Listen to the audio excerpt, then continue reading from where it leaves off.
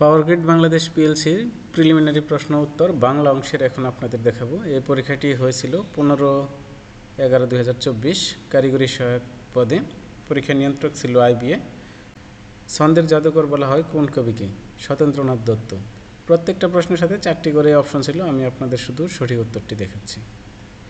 নাবিক শব্দের সন্ধিবিচ্ছেদ নৌ যোগ ইক। পুতুল নাচের ইতিকথা কার লেখা? মানিক বন্দ্যোপাধ্যায়। কাজী নজরুল ইসলাম সম্পাদিত পত্রিকা কোনটি? ধূমকেতু।